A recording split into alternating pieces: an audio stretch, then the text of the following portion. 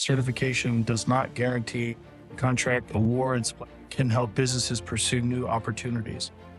So this is a question, right? The categories like veteran-owned, woman-owned, and minority-owned. Like why is woman-owned and minority-owned?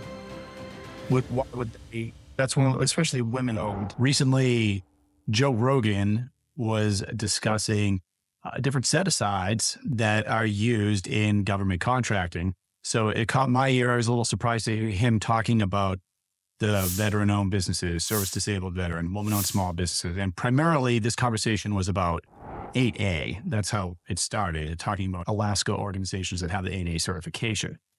But interesting that everything that's going on right now with the Doge, with Elon Musk, with really taking a look at federal spending, what's this going to mean for the small businesses selling to the government and those businesses that have set-asides, right? I have a service-disabled veteran-owned small business set-aside, for instance. Are these going to come under scrutiny?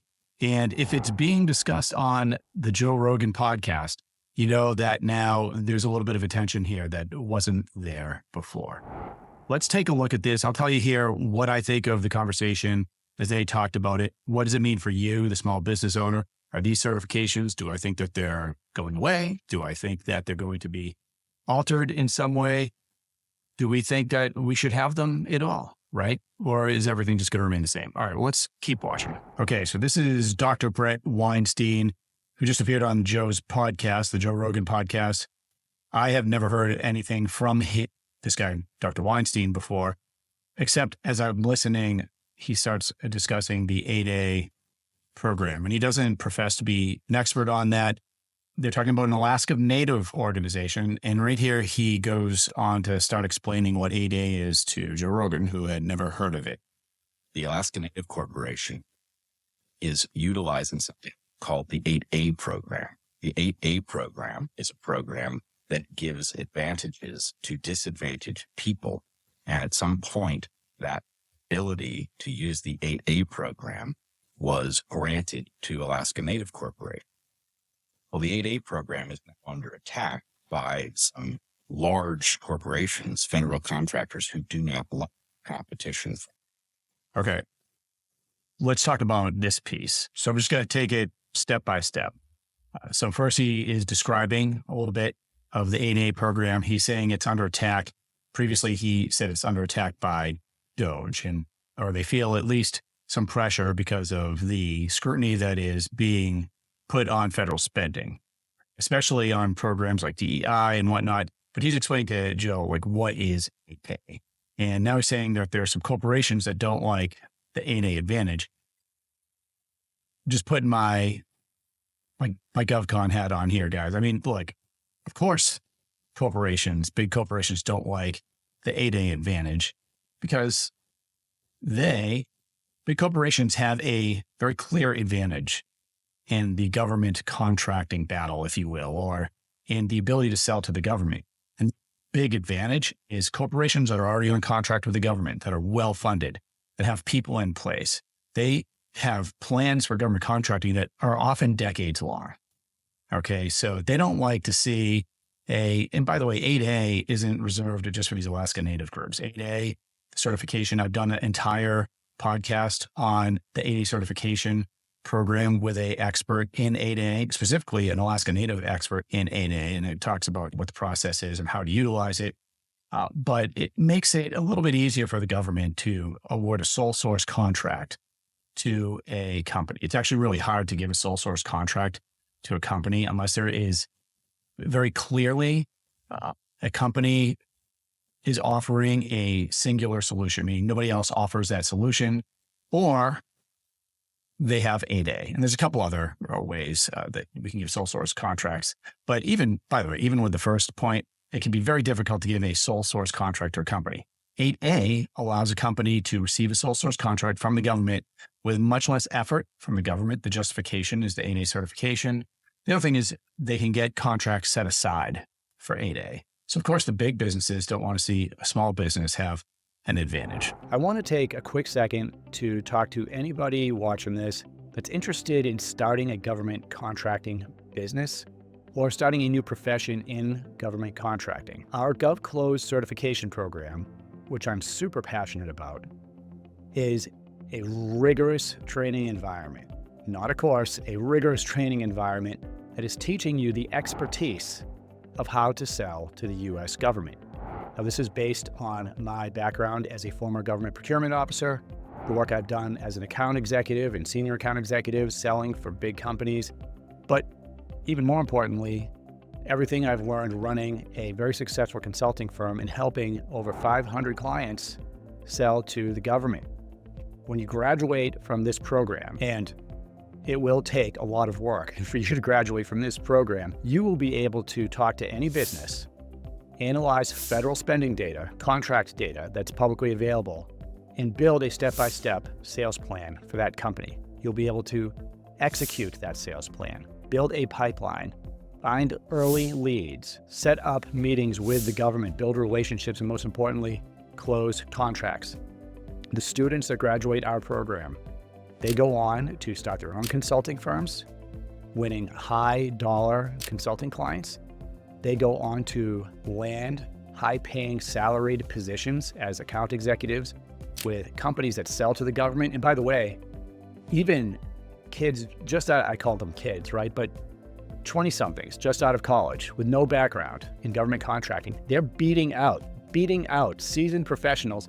The last one that won a spot for a satellite company won out 50 other applicants because he was able to walk in there after going through our program, after the road mapping and analysis, the only one of all the applicants that could tell that company exactly how the government bought what they sold, the exact offices that bought what they sold, what contract vehicles those offices used, how much they spent, and how to reverse engineer a sales pipeline that could actually land those contracts.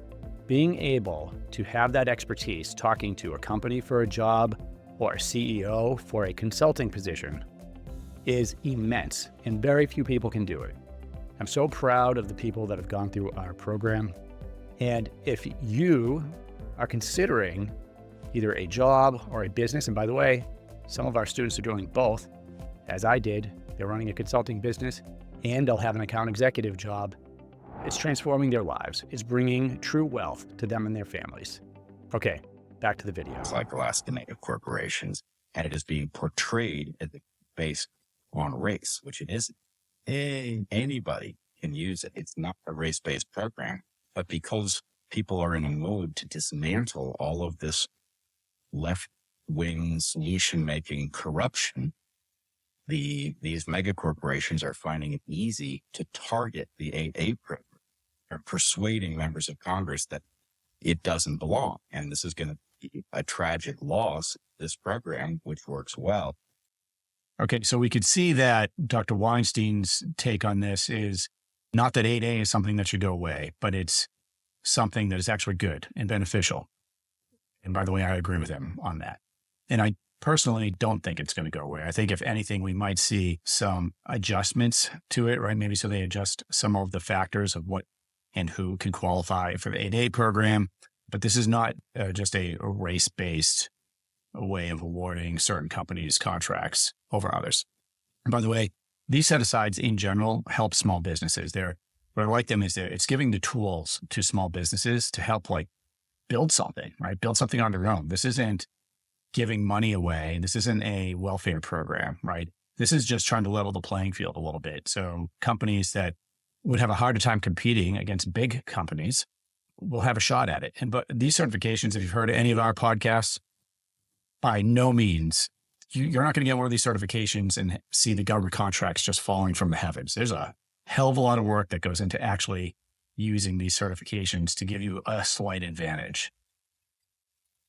Is dismantled in the fervor to go after all of the stuff that never have. What does this program do? It provides a mechanism for disadvantaged people to compete for grants. Okay, that's not exactly true. So the 8A program actually helps with federal contracts. It doesn't directly help companies win federal grants. Do some agencies or grant awarding organizations favor 8A businesses? Probably. But there is no, legally speaking, That's not what the 8A program is for. It's for federal contracts. Prudhoe Bay, the U.S. government realized that it could not afford to give the natives of Alaska sovereign the good that it does in jeopardy. And I don't know how many stories there are like that, but we need to be careful that our excitement about watching all of this nonsense torn apart doesn't cause us to tear apart things that actually are functioning well and don't suffer from the defects of the DEI. That's true. We don't want to dismantle things that work. I do think that the set aside level the playing field a little bit. I also think that, look, they could certainly be optimized. And by the way, there's always, whenever we're talking about government programs, government contracting, government anything, there's always bureaucracy involved. There's always spending probably where there shouldn't be. I'm sure we can streamline even the 8A program and some of the other certifications. Dismantle, get rid of the certifications? I don't think so.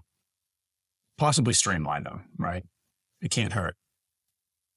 Got it. So this thing that allows disadvantaged people to get grants, like how's it structured? Oh, that I couldn't tell you. Okay. That I couldn't tell you. You could look into it. It's easy. Yeah, again, this is not for grants. This is for contracts.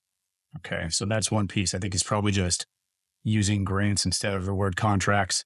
A lot of people use them interchangeably, but they are two different things. To look up the 8A program. Help small businesses owned by socially and economically disadvantaged individuals to compete for federal contracts, provides training and technical assistance to help businesses compete, categorizes eligible businesses as veteran-owned, woman-owned, minority-owned, or owned by a person with disabilities. Certification does not guarantee contract awards, but can help businesses pursue new opportunities. Okay, so that's true. These certifications don't guarantee awards. We talk about this a lot. A lot of people hang their hat on the certs. It can take you a long time to get your certification. And I don't know how many companies I've talked to where they're like, hey, I spent all this time and money, usually time. You shouldn't be paying people for this for the most part. But then they get their woman-owned small business or their 8A and nothing, right? You have to execute. You still have to have a great business, a top quality service solution. And then you got to understand how these certifications work and how you can maybe get a little bit of an advantage or where you should actually be playing with these certifications to get some wins. Well, this is a question, right? The categories like veteran-owned, Black, woman-owned, and minority-owned. Like why is woman-owned and minority-owned? Why would they? That's why, especially women-owned. Like that too. So, in reality, right, these certifications have been around for a while, and at one point in history, certainly there was bias and there was preference towards certain types of companies, right? First of all, aside from those certifications, you could be certified or have a set aside for a small business, right? And that's where I think that where I draw the line, big picture, I do think there needs to be a small business set aside. And I do think there should be a percentage of awards that go to small businesses. Because what this can do is it can prevent the huge companies from coming in and taking over, right? So it's very easy. These big companies, they get entrenched in government organizations. I was a program manager in the Air Force, and I know that those companies knew if I asked them to do something and they didn't want to do it, I won't name any names. I'm talking about the big defense contractors. They could just sit there and wait for me to get my next assignment. They knew how the game was played, and they were playing it well. They played better than anyone else. They're resourced, they're funded, they can hire the right people. Small businesses don't have that advantage. And by the way, this is part of what's being shaken up right now. You have to have that competition. You can't just have a couple big companies in charge of everything, because the way the contracts get structured for them sometimes, like with cost plus fixed fee, incentivizes them taking longer to do things and not using the innovative technologies, right? They just want these contracts to go longer. This isn't across the board, but this can happen. I do think small business set aside in general helps the small businesses compete against the larger companies. And I think it's good for our country and our military to get the best technology, the newest things in their hands. My experience, this is anecdotal, the bigger a company gets, the more like the government they get, the slower they go. They're not going faster. And with technology, like I'd be flying aircraft, reconnaissance aircraft with computers using like Windows and software that was built in the 90s, right? And I'm talking like in 2010, right? So that should not be the case, Okay, we have to do things a little bit better. And I do think the set-asides actually help with that. And I do think at one point further, the set-asides for women-owned small business were needed. And minority, really, we're talking, you can self-identify as a minority-owned business, but the SBA recommends to agencies a percentage of these contracts that are going to be set aside. It's usually 3% or 5%, but it's only for the big ones are 8A, HubZone, SD, VOSB, that's service disabled, veteran-owned small business, and woman-owned small business. Is this Grok? Is that what you're looking at there? It is. Oh, so it's Google. Benefits for Native-owned businesses. Program helps Native communities develop economic ventures that support their communities. Profits generated from a Native-owned participant go back to their Native communities. So I'm not in a position to answer detailed questions about 8A, but what I would say is There are some good things. there are quite a number of success stories that this is exactly what we want for disadvantaged people. Right. Yeah, and I agree. And look, 8A, the certification 8A, which I said previously does move the needle a little bit, still requires a lot of work. The companies are only 8A certified for 9 years as of now. You graduate from the 8A program. So companies that graduate from the 8A program, they have a limited amount of time where they have a small advantage. And that advantage, I would say most of them that get the 8A certification don't actually capitalize on it. But the problem some of these companies face is that they need to build a business. First of all, they are building a business. They're producing a service. Governments don't have to buy from them. I never said I'm going to buy from companies that only have this certification. I wanted to purchase from companies that actually have the solution that the government needed. And that's how most agencies are operating. But they have to graduate from 8As, which means they have to not only utilize that certification, but they have to sell to the government under more traditional government contracting means. In 9 years, believe it or not, is not a long time to actually understand the government contracting process, win some contract vehicles. You can see more about that in other episodes I've done. But the more traditional paths to winning these contracts take time. And it's not a lifelong certification. I think this is a good program and it should probably stay in place. And it has done a lot of good. Social safety.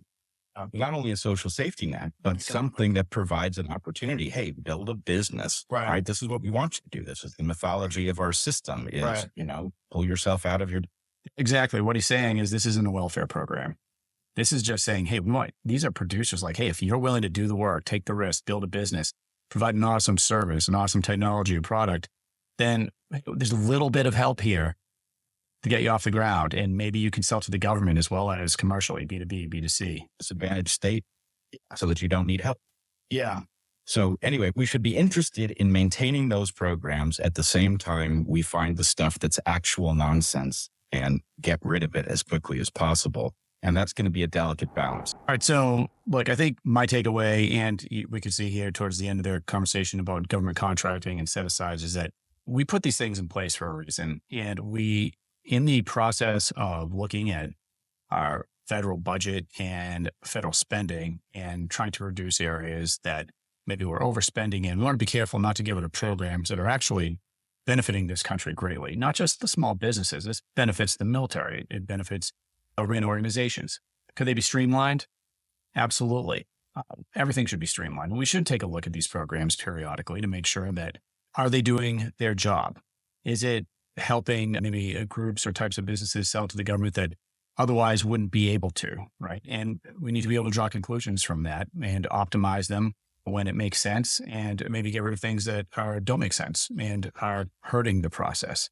But at the end of the day, I think that we're going to see our set-asides for small businesses, for the most part, stay in place, maybe a bit of streamlining. I do think it's interesting, and we all have to think about this, that the fact that government contracting, and in this case, government contracting set-asides are being discussed on a program as popular as the Joe Rogan podcast, a topic which, by the way, historically has been very much not entertaining, right? And most people know very little about. We do have to consider that, right? It's being highlighted right now, right? It's being discussed, and we do have a DOGE, we do have a new presidential administration, but anything that happens, whenever there's a problem, whenever something's taken away, this is what I would advise you is this is not something to be worried about or to react like, oh, my business isn't going to be here a year from now. Look, I do all government contracting. I could sit here and say, hey, everyone in government contracting, you need to worry. I'm not worried at all. I look at this as just a new opportunity. Anything that comes down that changes, it's an opportunity for you as a business owner. It's an opportunity for you as a sales executive or a consultant. Understand what the new paths are, right? Are we going to do something a little bit differently? Probably. We are constantly doing things differently, right? So understand what information the government's putting out. Policies are always changing. Budgets are always changing. Even some of our approaches to the government. Other transaction authority is something that really had picked up over the past 5 years or so, maybe a little bit more than that. SIBR as well, SBIR. So there are different ways of selling to the government that we can take advantage of that maybe weren't there before. Different websites we can utilize like Vulcan or DIU, which we did an episode on, or AFWorks, right? So some of these things have emerged over the past decade that are very good for small businesses. Makes it a little bit more complex, meaning there's different places for you to go to check some of this stuff out. But don't look at this as a negative. I look at this as a positive, but you do have to stay informed. And if you don't adapt, if you ignore what's happening in the government, that's a good way to lose your contracts, right? So what I am telling you is pay attention, talk to your program managers. If you're on contract right now, talk to the government team. Are they using different vehicles? Are they not going to be using set-asides? That can happen whether or not we have a new administration or not. And it does. It changes all the time. So things change. Keep your ear very close to the program office you're selling to. And thank you for watching.